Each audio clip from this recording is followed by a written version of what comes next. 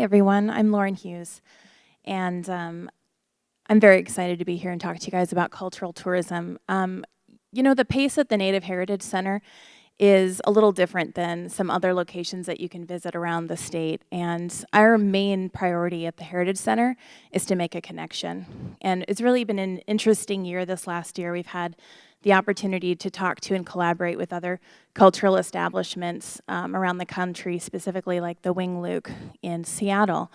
And I think having a perspective of culture is something special to every location that you visit, because really cultural tourism is all tourism.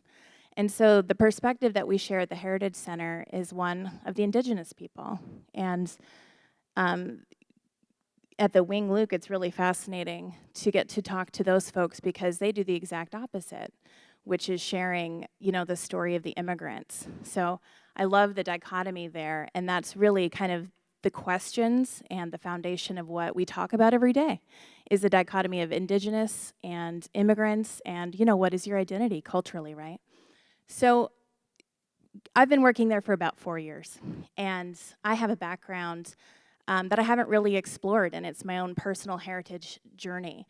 I'm part Hidatsa, Mandan, and Assiniboine, but growing up in Alaska, really we kind of focused on my Irish side of the family because that's the side of the family where we had living grandparents. And so I didn't really know a lot about that history, but I started to become a little envious of the connections that our young people had with their elders and with their community and that continuity that they're able to share. It's so, it's just like a foundation of everything that they are able to express with our visitors.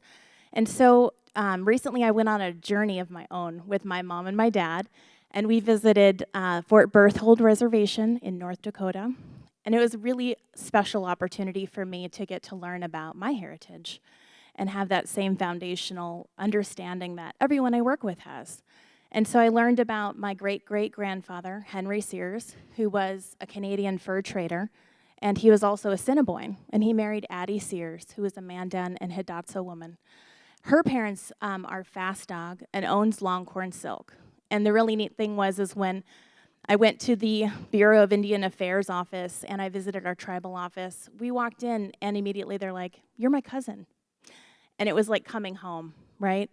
And I was able to learn so much about my personal history and language and art, and they're in their museum that they have down there. It's a very small tribe, and so there's about 2,500, 2,600 members currently, so it's a very small group, and as blood quantums begin to continue to diminish, that number goes down as well. So being able to share this with the people that I work with was very special because that connects us in a really unique way. And what makes a trip memorable? Being enriched for me, that trip's what made it so memorable, was getting to spend time learning about my history.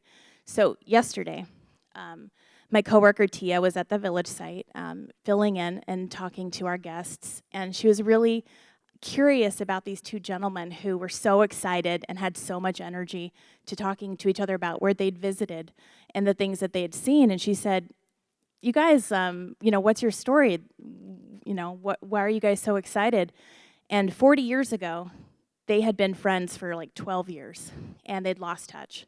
And they were sitting in our gathering place yesterday listening to the dance performance, and they looked across the aisle, and they hadn't seen each other for 28 years, and they reconnected. And so they've been talking, and they were only in town for one day.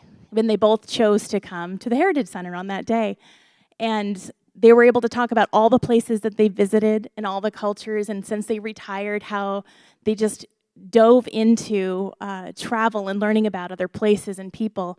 And it's that kind of magic that happens at the Heritage Center where people are looking to find out about a culture, but then it's like they discover something about themselves when they come to visit.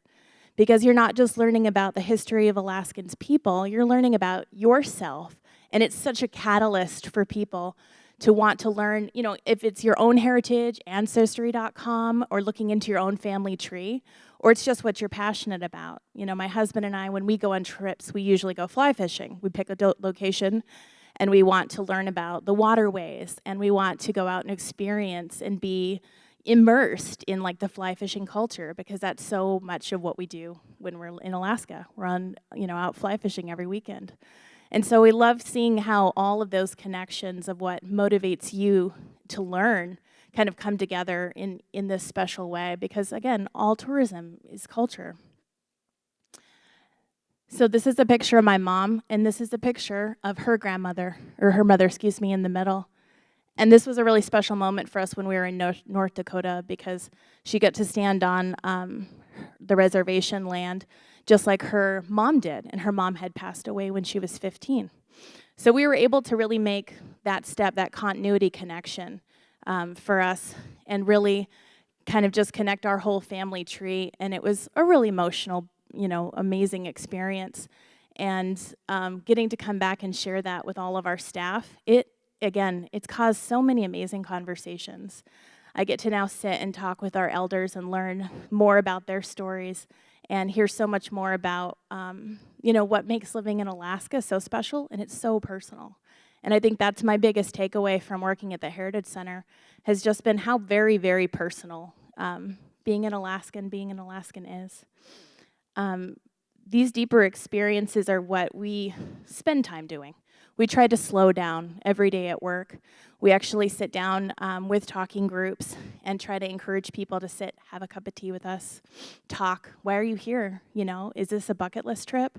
Is this a trip that you've been planning for a long time? Or, is this just one of many stops that you're making? So just kind of slowing that pace down and making a real life connection has been so important to us. When I came back from my trip, I had such a great conversation with Dustin Newman, who's been learning from a master artist to build kayaks. So when he goes home to King Cove, he's been coming back with new knowledge. And the excitement that he gets to share by, again, connecting information or maybe knowledge that may have been lost, and really solidifying that that's going to continue forward, has just been an incredible excitement. So it's those kind of moments that build passion in our group, and it's like our own method of team building, is how are you connecting the past to the present, and then what are you doing to ensure that for the future. I have Tatiana here as well, who spends time talking with us about her passion at dancing and creating regalia. That knowledge may have been lost if they didn't continue that, and ask those questions, which is awesome to hear young people finding out about their grandmothers and their great-grandmothers and how to skin sew. So really, all tourism is cultural tourism, whether you're finding out about your own origins or the location that you're visiting. I just encourage everyone to slow down and make those deep personal connections, because to me, that's what you remember from your trips. That's what the takeaway is. When I reflect on trips I've taken in the past, 10 years ago, 20 years ago, it really does come down to the people that I met and the stories that they told me. And I feel like that's what solidifies in our mind. I forget what I ate. I may have forgot where I stayed, but I remember the people, and that's what we're here for. So thank you for your time.